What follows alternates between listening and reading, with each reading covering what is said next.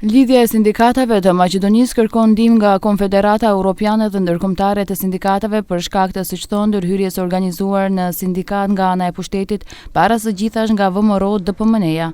Kryetari i LSM Slobodan Trendafilov thotë se ndërhyrje kryhet në njësitë rajonale në organet e drejtorisë shtetërore dhe ndërmarrjeve publike, ku udhëheqësit në sektore dhe drejtorët po mundohen që të largojnë anëtarët e LSM-s që të anëtarësohen në Konfederatën e Sindikatave të Lira.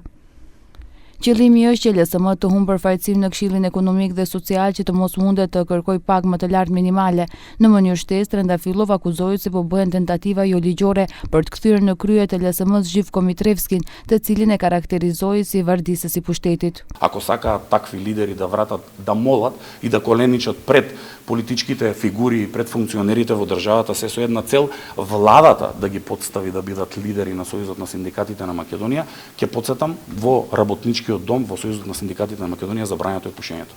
Trendafilov thotë se ndërhyrjet në LSM janë me qëllim që kjo sindikat të mos jetë përfaqësuese, edhe pse që në dhjetor i dorëzuan listat se organizojnë të paktën 10% të punësuarve në shtet. Por përfaqësimi nuk mund të konfirmohet për shkak se pushteti i tërhoqi 3 anëtarët e komisionit për vërtetimin e përfaqësimit. Lideri i LSM-s nuk beson se në seancën e nesërme qeveria do t'i emërojë këta anëtar. Nga LSM paralajmëruan se seancat e ardhshme të kryesisë do t'i mbajnë para qeverisë dhe selive të punëdhënësve me qëllim që të bëjnë presion për thirrjen e pagës minimale, por edhe të pagave në sektorin publik për 12.6%.